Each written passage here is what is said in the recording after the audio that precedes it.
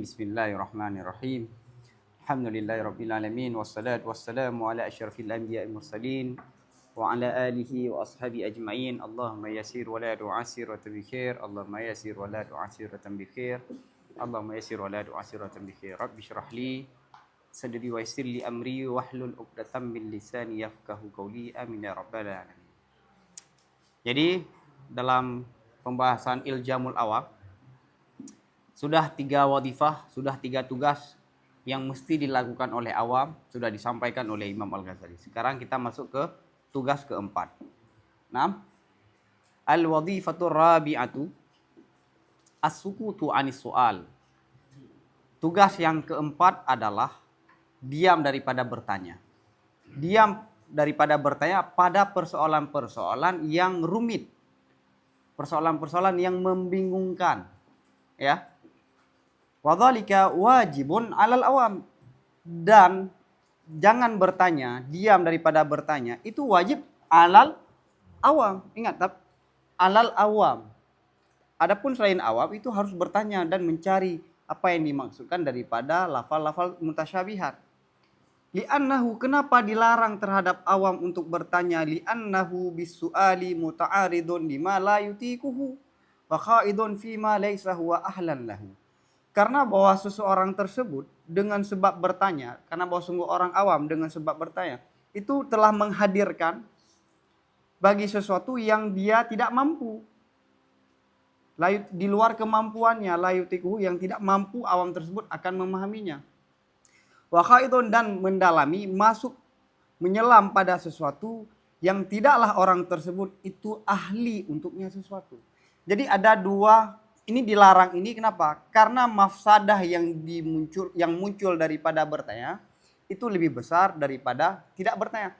Andai kita tidak tahu bahwa makna daripada nuzul ataupun di atas, apa hakikatnya?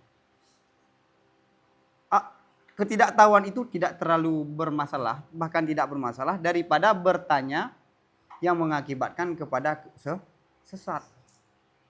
Taib. Jadi yang dikritik oleh Ibnu Rushdi terhadap Imam Ghazali itu, Imam Ghazali mengkelompokkan ilmu. Ada ilmu untuk khawas, ada ilmu untuk ada ilmu untuk mawam. Fa in sa'ala jahilan zadahu jawabuhu jahlan wa rubbama warratahu fil kufri min haitsu la yash'uru. Maka jika seseorang itu bertanya akan orang yang bodoh, zadahu, menambahkan akan orang tersebut oleh jawabannya orang akan semakin bodoh. Warubama, kadang-kadang menjatuhkan ataupun menjatuhkan seseorang akan orang jahil dalam kekufuran dari sisi tanpa dia sadari. Fa in sa'ala jahilan, maksudnya apa? Kalau orang cerdas itu ditanya sama orang jahil. Ini kan dasarnya apa? Jangan tanya. Sekarang dia tanya pengertian ayat-ayat yang rumit, ayat-ayat yang mutasyabihat. Itu bahkan jawabannya bukan mencerdaskan, malah membingung. Kenapa? Karena dia tidak punya pola pikir yang kuat untuk memahami makna persoalan-persoalan metafisika. Nanti akan dibuat perbandingan oleh Imam Ghazali. Seperti anak kecil dijelaskan tentang hebatnya kepemimpinan. Anak kecil tetap yang paling bagus, yang paling menarik adalah bermain. Misalnya kita mau jelaskan tentang enaknya pernikahan pada anak kecil, itu nggak akan bernilai. Paham? Malah kalau kita menjelaskan perkara-perkara yang mutasyabihat kepada orang awam, itu bisa menjatuhkan mereka dalam kekufuran tanpa dia sadari. Karena ini sangat berbahaya. Sedikit salah langsung tergelincir. Taib. Makanya pembahasan yang kurang dibahas di masa sahabat lah pembahasan yang begini. Nggak ada pembahasan di era para sahabat tentang qadar, apa itu makna surah. Nggak ada pembahasan. Yang dibahas adalah tentang fikih. Bagaimana kita bertakwa, bagaimana kita melakukan amal yang baik. Itu yang dibahas. Kenapa? Karena itu yang bermanfaat. Wa in sa'ala 'arifan ajazal 'arifu an tafhimihi likusurihi fahmihi ajazal balighi an tafhimi waladihi sabiyyi masaliha baitihi wa tadbirihi. Oh, taib. Tadi saya keliru. Kalau orang awam tanya pada orang yang bodoh, itu menambahkan kebodohan. Taib ya, menambahkan kebodohan malah membuat dia Seperti tongkrongan-tongkrongan dialog antar sesama.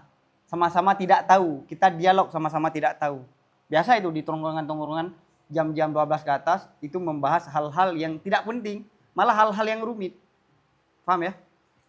Wa in sa'ala arifan. Dan jika dia bertanya akan kepada orang yang cerdas. Orang yang faham ya. Arifan, orang yang faham persoalan ini.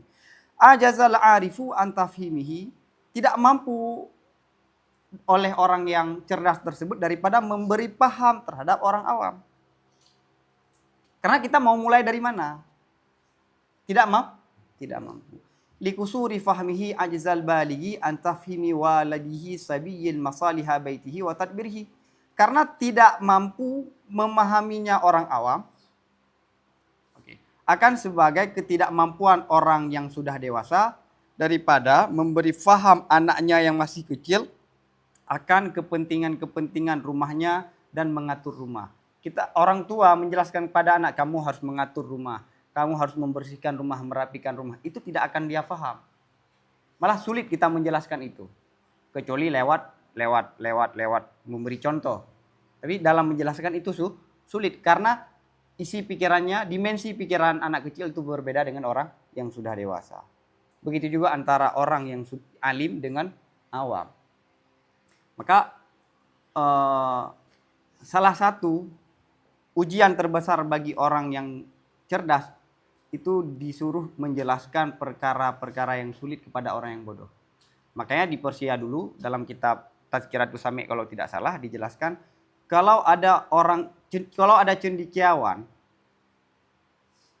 membuat masalah, maka hukumannya itu bukan cambuk tapi dipenjara bersama orang yang bodoh.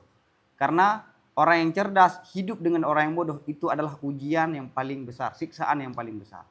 Maka burung hudhud saat diancam oleh Nabi Sulaiman, kamu akan aku kurung bersama merpati. Hudhud lebih memilih mati daripada dikurung bersama hudhud. Malah Syekh Anas Syurfali pernah menyampaikan, ujian paling besar pada Nabi itu bukan karena harus hijrah dari Mekah, sahabatnya sebagian meninggal. Salah satu paling besar ujian bagi Nabi Muhammad, beliau harus turun standar untuk menyampaikan. Kan beliau sudah mendapatkan wahyu, pengetahuan yang luar biasa banyak, tapi harus menyetarakan dengan masyarakat yang sangat rendah pemahamannya. Kan apalagi jahiliyah. Paham ya? Ya, ada apa aja ngurawa. Makanya ada apa datang penting. Saya dengar cerita Abu Pantan. Abu Pantan itu nggak sanggup ngajar anak kelas 1, kelas 2. Nggak sanggup. Malah orang murid Abu Pantan misalnya itu lebih cerdas menjelaskan ilmu kelas 1 daripada Abu Pantan sendiri. Bukan beliau nggak paham, bukan beliau tidak menguasai, tapi menjelaskan bagaimana. Taib. Bal antafhimihi maslahatahu fi khuruji ilal maktab. Bahkan daripada memberi faham anak kecil akan kepentingan, akan kebaikannya anak kecil dalam keluarnya anak kecil kepada tempat belajar Al-Quran. Maktab itu tempat belajar Al-Quran. Jadi di Timur Tengah, anak yang dari 5 tahun ke atas, ada yang 5 tahun ke atas, itu belajar pertama sekali di maktab. Hafal Quran, tajwid. Bahkan kalau orang tua menjelaskan, ada manfaat yang lebih besar kalau kamu belajar ke maktab. Itu pun sulit. Maka cara orang tua menyuruh anak untuk belajar apa? Dengan cara memaksa. Ataupun dengan cara imbalan. Imbalan nanti akan dibeli motor. Vision nyejemun kah? Belum vision nanti tabo. Bang. Ya kan? Bal ajza sa'iri an tafhimin najjari daqaika siyagatihi. Bahkan tidak mampunya saik penenun ataupun yang pengukir daripada memberi faham tukang kayu akan dakaik siyagatihi. Ini makna dakaik kan kehalusan ataupun kesenian seni yang halus, ukiran-ukirannya saik. Jadi tukang kayu hanya bisa membuat kayu. Adapun ukiran seni terhadap kayu itu tidak bisa. Misalnya dijelaskan kepada tukang kayu pun sulit untuk memahami karena beda kapasitas. Beda dimensi beda dimensi pikiran ataupun kemampuan. Paham ya? Fa innan najjara wa in kana basiran bi sina'atihi fa huwa ajizun an daqa'iqi siyagati. Karena bahwa sungguh najjar tukang kayu, sekalipun dia hebat dengan basiran itu alim ya, kata lain daripada basiran, menguasai dengan kedisiplinannya ataupun keahliannya kayu, bahwa maka itu najjar itu tidak mampu daripada memahami seluk beluknya siagah, yakni ukiran-ukiran daripada kayu. Baik. Makanya saat ada orang mengharamkan mempelajari ilmu logika, yang mana orang tersebut tidak faham ilmu logika, apakah pendapatnya didengarkan? Enggak. Itu yang disampaikan oleh Taqiyuddin Subki dan Al-Malawi dalam Syarah Kabir. Kenapa kita tidak mendengar, tidak mengikuti pendapat Imam Nawawi dan Ibnu Salah dalam persoalan haramnya belajar ilmu filsafat dan mantik? Karena diriwayatkan Ibnu Salah sempat belajar kepada Musa bin Yunus. Musa bin Yunus, gurunya Athiruddin Al-Abhari. Ada beberapa pertemuan Ibnu Salah tidak faham. Kemudian gurunya Musa bin Yunus menganjurkan untuk tidak melanjutkan belajar mantik. Ini diceritakan oleh Tajuddin Subki dalam kitab Tabaqatul Syafi'iyah. Kenapa? Kamu itu orang yang punya nama, punya power. Kalau kamu nanti tidak faham kepada ilmu mantik, nanti orang akan salah faham terhadap kamu. Maka kamu tinggalkan ilmu mantik. Pertanyaan dari Tajuddin Subki, Ibnu Salah mengeluarkan fatwa haramnya belajar mantik setelah belajar apa sebelum belajar? Kalau sebelum belajar nggak bisa. Kenapa? Karena belum al-hukmu ala syai'in far'un. Setelah belajar, beliau tidak futuh dalam ilmu. Dan itu tidak mengurangi martabat Ibnu Salah. Tapi pendapatnya tidak mu'tabarah dan tetap memberi penghargaan yang besar. Nggak ada yang mengatakan Imam Suyuti, Imam Nawawi, Ibnu Salah itu Wahabi. Misalnya Izzuddin bin Abi Salam mengatakan bahwa membaca Al-Quran yang dihadiahkan kepada orang yang sudah mati itu nggak akan sampai manfaatnya. Ada yang mengatakan itu Wahabi? Enggak kan? Paham ya? Oke, jadi ini beda-beda kepakaran. Maka dalam sejarah, kalau sejarah itu dikutip oleh para fuqaha, yang mana para fuqaha itu bukan pakar sejarah, baca sejarah, beda dengan pakar sejarah. Kalau bertentangan sejarah yang ditulis oleh fuqaha dengan sejarawan itu sendiri, maka yang didahulukan adalah sejarawan. Kalau fikih dibahas dalam tafsir, yang mana dalam tafsir itu berbeda dengan uraian para fuqaha, maka yang diambil adalah fuqaha, tergantung keahlian. Taib ya. Li'annahu innama fahima daqaika an najri listighrafihi al-umra fi ta'allumihi wa mamarasatihi. Karena bahwa sungguh Najjar tukang kayu hanya saja dia memahami Saik memahami Najjar nih, karena bahwa sungguh Najjar hanya saja memahami dianya Najjar akan seluk beluknya kayu, ya kan? Kenapa? Karena sudah tenggelamnya tukang kayu tersebut umurnya dalam mempelajarinya kayu dan interaksi dengan kayu. Kenapa tukang kayu sangat paham tentang kayu? Ini kayunya bobotnya begini, ini bagusnya begini, tahannya begini, harus kena air air laut. Kalau kena air laut semakin bertahan. Dan semua model-model kayu beliau tahu. Kenapa? Karena umur beliau sudah beliau infakkan untuk mempelajarinya dan beliau sudah lama interaksi dengan. Akhirnya kemampuan beliau itu sudah beliau kerahkan untuk mempelajari tentang kayu, kurang bagian seni. Paham ya? Maka Ibnu Khaldun nanti ada satu bab, orang yang sudah menguasai satu keahlian, itu jarang dia menguasai keahlian yang lain secara sempurna. Wa kadzalika yafhamu siyaghata aidan bisarfil umuri ila ta'allumiha wa mamarasatiha. Wa qabla dzalika la yafhamuha. Begitu juga memahami tukang ukir akan ukiran juga dengan sebab menggunakan umurnya kepada mempelajarinya ukiran dan berinteraksi dengan ukiran. Baik. Maka masalah kayu dia tidak faham. Wa qabla dzalika, dan sebelumnya la yafhamuha. Tukang ukir itu tidak paham. Begitu juga kita mempelajari fikih, ilmu kalam dan yang lainnya. Baik. Fal mushtaghiluna bid dunya aw bil ulumi allati laysat min qabili ma'rifatillahi ta'ala ajizuna an ma'rifatil umuril ilahiyati ajza kaffatil mu'ridina anisinaati an fahmiha. Maka orang-orang yang sibuk dengan dunia, kerja, apapun yang interaksi yang orientasinya terhadap dunia, ataupun orang-orang yang sibuk dengan ilmu-ilmu, yang ilmu tersebut tidak masuk daripada ilmu mengenal Allah Ta'ala, itu tidak mampu daripada mengenal perkara-perkara yang berkaitan dengan Tuhan. Akan ketidakmampuannya kebanyakan orang-orang yang berpaling, yang beralih daripada kedisiplinan, daripada memahaminya kedisiplinan.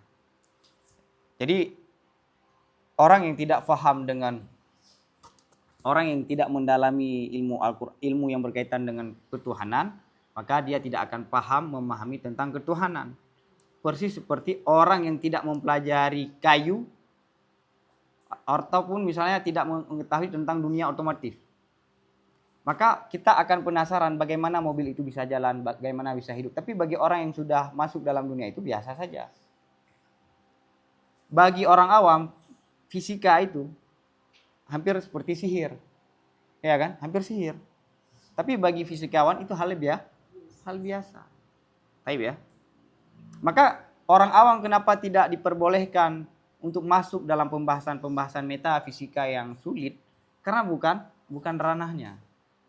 Bukan tidak diberikan ilmu ini, tapi bukan ranahnya. Bal ajza sabiyyir radi'i anil iktidai bil khubzi wal lahmi li kusurin fi fitratihi la li adamil khubzi wal lahmi. Bahkan tidak mampunya bayi yang masih menyusui daripada menikmati makanan, daripada memakan dengan roti dan daging. Kenapa? Karena kurangnya pada fitrahnya. Pada fitrahnya anak kecil. Anak kecil ya jelas ya, yang masih minum susu itu dia tidak akan mampu makan. La li adamil khubzi wal lahmi, bukan karena tidak bukan karena tidak ada roti dan wala li annahu kasirun an taqdiyatil aqwiya, dan bukan karena bahwa sungguhnya memberi makan dengan daging dan dengan roti itu kurang daripada memberi makanan orang-orang yang kuat. Saat anak kecil tidak bisa makan daging, itu bukan berarti daging itu tidak bisa dinikmati oleh orang-orang dewasa. Cuma bukan porsinya, paham ya? Lakin tab'ud du'afai kasirun anit taghaddi bihi. Bahkan tabiat orang-orang yang lemah itu tidak mampu daripada menikmati makanan dengannya daging dan roti. Paham ya? Faman at'ama sabiyya ad-dha'ifa al-khubza wal lahma au makkanahu min tanawulihi faqad ahlakahu.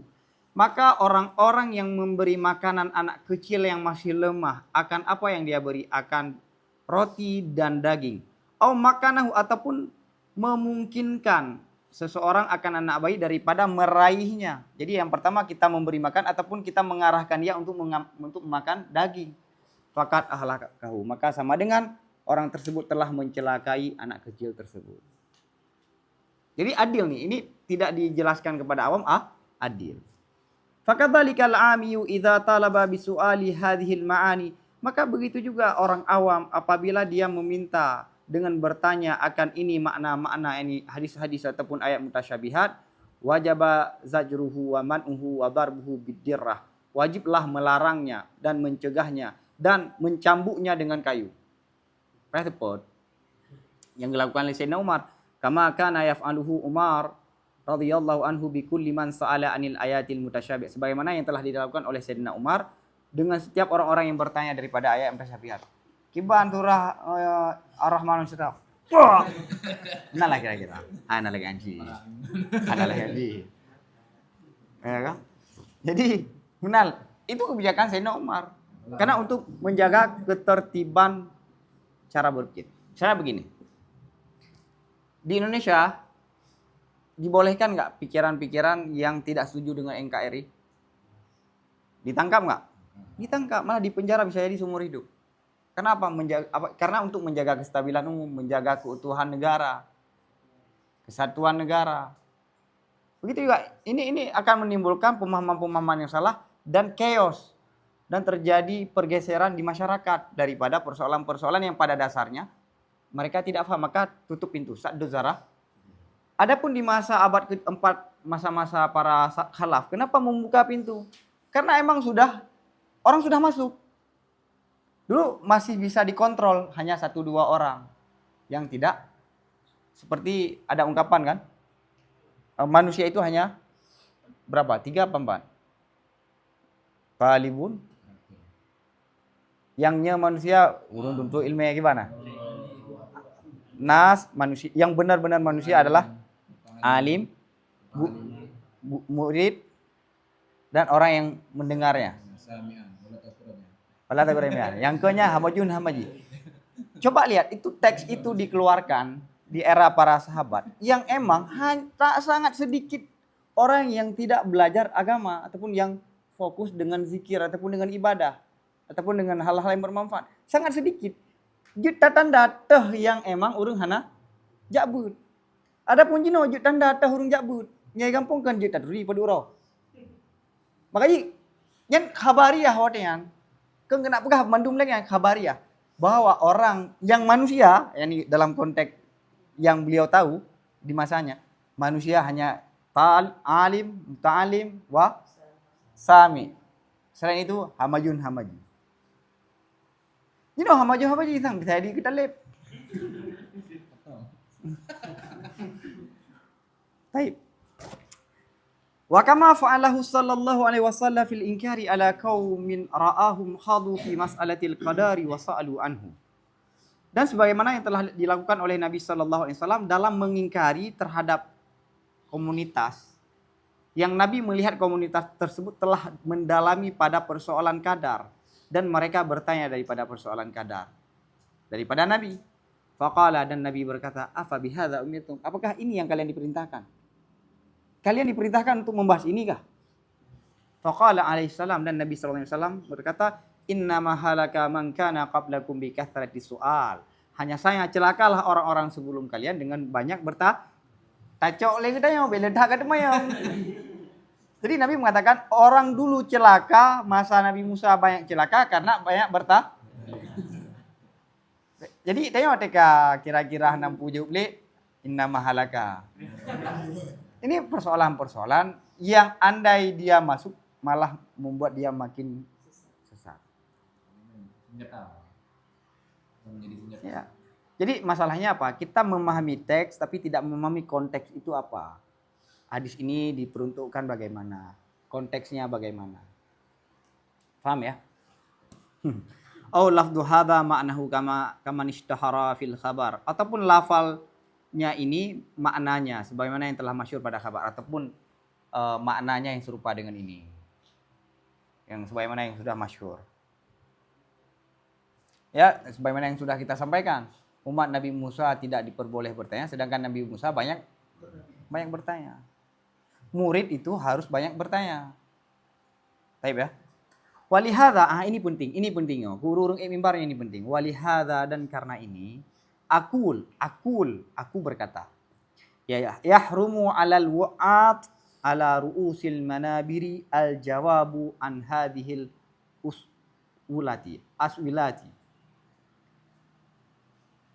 aswilati. Dan karena ini aku berkata, haram terhadap para yang memberi nasihat mau'idah oleh di atas mimbar, ule mimbar, ala ru'us mimbar, di atas mimbar maksudnya. Nah, itulah salah satu kalau menjelaskan makna tekstual. Ada teks-teks yang jelas bisa kita paham. Tuhan, bisa nggak kita artikan surah kalau letak pada Tuhan bukan begini maknanya. Oleh memberi jawaban daripada ini pertanyaan. Kalau malah saran dari ilmu dakwah yang kurang dipelajari dari dai dan termasuk saya sendiri bahwa asupan yang harus diberikan oleh masyarakat, materi yang harus sering disampaikanlah materi persatuan, bukan materi perpecahan. Yang kedua, materi-materi yang meningkatkan kualitas takwa. Maka disampaikan oleh Ahmad Zarruq dalam Qawaidut Tasawuf, yang dibutuhkan daripada orang awam takwa, yang dibutuhkan daripada penuntut ilmu istiqamah. Yang dibutuhkan daripada orang suluk itu dawam dalam berzikir. Jadi beda porsi. Jangan sampai narasi sufi kita alamatkan kepada awam. Ataupun motivasi untuk awam kita alamatkan kepada pelajar. Ini beda porsi-porsi. Misalnya begini. Lagi tak pegah Allah daripada hanai jabut. Kajut je lah. Kaitim duduk dayah mendang kajut. Itu untuk orang awam. Orang awam selama dia tidak melakukan kejahatan, udah cukup, udah alhamdulillah. Sebagaimana dulu orang Baduy, orang kampung datang kepada Nabi, aku diutus dari kampungku untuk menanyakan beberapa hal. Apakah sholat itu benar wajib? Benar. Demi Tuhan, benar wajib? Benar. Kemudian beliau tanya tentang puasa, zakat, dan naik haji.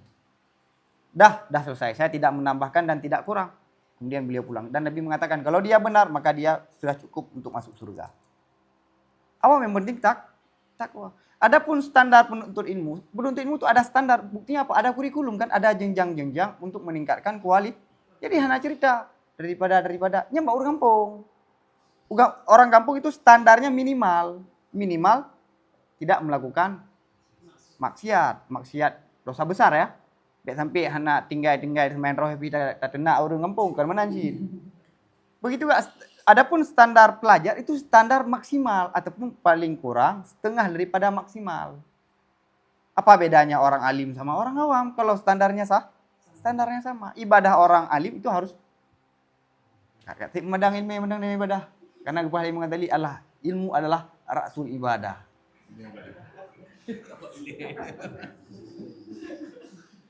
Paham ya? Jadi beda standar. Taib. Bil khawdi fi ta'wili wa tafsili, dengan mendalami dalam takwil dan tafsir. Balil wajibu alaihim al-iktisaru ala ma dzakarnahu wa dzakarahu salaf. Bahkan yang wajib terhadap ahli-ahli mau'idhah oleh membatasi terhadap sesuatu yang telah kami sebutkan, yang telah disebutkan oleh salaf, wa huwa al-mubalaghatu fi taqdisi wa tanzihi wa nafyi tashbih. Yani berlebihan dalam menyucikan, tanzih dan menafikan tashbih. Tapi ini jangan sampai berlebihan sebagaimana yang dilakukan oleh Mu'tazilah. Mu'tazilah narasinya itu udah kurang adab sama Tuhan. Tuhan itu tidak punya anak, tidak buruk, tidak. Akhirnya taktil, nggak ada sifat. Semuanya? Makna alim apa makna alim? Tidak bodoh. Makna kudrah apa? Tidak lemah. Makna iradah apa? Tidak tidak berkehendak? Enggak. Tidak terpaksa. Makna hidup apa? Tidak mati. Jadi kalimat negatif itu tidak memberikan positifnya. Malah kalau kata ulama di bab yang lain, misalnya kita di hadapan raja ataupun di hadapan presiden, misalnya kita depan Prabowo nih bilang kamu itu apa? Kamu itu bukan perempuan, kamu bukan monyet, kamu bukan gajah, kamu bukan harimau. Benar nggak? Kamu bukan binatang. Benar nggak itu? Benar kan yang kita sampaikan? Benar kan? Tapi bagus nggak? Nggak bagus. Walaupun benar tapi nggak bagus. Su'ul adab. Wa annahu ta'ala munazzahun anil jismiyati wa awaridiha. Dan bahwa sungguh Allah itu bersih daripada sifat jisim dan awarid-awaridnya jisim. Walahul mubalaghatu fi hadza bima arada. Dan boleh bagi seseorang oleh berlebihan pada ini dengan sesuatu yang dia inginkan. Pokoknya ini kata Ghazali ya, daripada mendalami lebih baik kamu bersihkan saja. Hatta yakul, sehingga seseorang berkata, kullu ma khatara bibalikum wa hajasa fi dhamirikum wa tawassara fi khatirikum fallahu khaliquha wa huwa munazzahun anha wa an musyahabatiha. Semua perkara yang terlintas di hatimu dan yang terbisik dalam jiwamu dan tergambar pada goresan hatimu, maka Allah itulah sang pencipta semua itu. Bukan Tuhan itu, tapi wahwa, dan Allah itu bersih daripada semua tersebut dan daripada menyerupai hal-hal tersebut. Biasa adanya waktu cara tasyahud kan? Pak tasyahud yang katruk juleh pupu cuma. Wehu. Nya Tuhan mudi. Pek kapati macam tu. Nya lawan, bek belum. Ketika truk wehu lan sembahyang lawan. Makanya guyule abu di kena ju. Hai latip. Kejak lah ngono. Gambret sebenarnya lah tadi. Jadi gue lawan bek belum tapi nyetap belum truk lom tengok. Truk lom. Tengok kan. Oh, iya ju. Lawan. Okey. Wa annahu laisal muradu bil akhbari syai'an min dzalika. Dan bahwasanya tidaklah yang dimaksudkan dengan hadis-hadis itu sesuatu pun daripada semikian. Jadi kalau ada ayat-ayat yang kita dengar, hadis yang kita dengar, terfaham Tuhan itu punya bentuk, punya ukuran, berada tempat, itu bukanlah sedemikian. Wa ma huwa hakikatul murad, dan bukanlah dianya itulah hakikat yang dimaksudkan. Dianya makna yang terlintas ya. Huwa ini makna yang terlintas, itu hakikat yang dimaksudkan. Falastum min ahli ma'rifatiha wa su'ali anha. Kalian bukanlah daripada orang-orang untuk mengetahuinya hakikat dan bertanya daripadanya hakikat. Fashtagilu bittaqwa. Maka sibuklah kalian dengan takwa. Lihat yang diperintahkan Fama amarakumullahu bihi faf'aluhu. Dan sesuatu yang Allah perintahkan dengannya, sesuatu lakukan. Dan sesuatu yang Tuhan larangkan, maka kalian tinggalkan. Wa hadza qad nuhitum anhu. Dan ini, persoalan-persoalan ini, kalian telah dilarangkan daripadanya. Fala tas'aluhu, maka jangan kalian tanya. Wa mahma sami'tum syai'an min dzalika, maka jika dan kapan saja kalian mendengar akan sesuatu daripada sedemikian, yakni ayat-ayat dan hadis mutasyabihat, faskutu, maka diamlah, waqulu, dan katakanlah amanna wa sadaqna. Wa ma utitum minal ilmi illa qalila, dan kalian tidak diberikan daripada pengetahuan kecuali sangat sedikit. Walaisa hadza dan bukanlah ini itu termasuk daripada kumpulan-kumpulan sesuatu yang kita telah diberikan. Ilmu kita hanya sedikit, dan persoalan ini termasuk daripada yang tidak diberitahu. Jadi untuk masyarakat doktrin yang pertama tidak mutlak doktrin kan, ada logika yang dijelaskan. Tuhan tidak serupa dengan. Adapun maknanya tidak mendalaminya itu doktrin. Wallahu a'lam bishawab wa ilaihi marju wal ma'ab. Thayyib.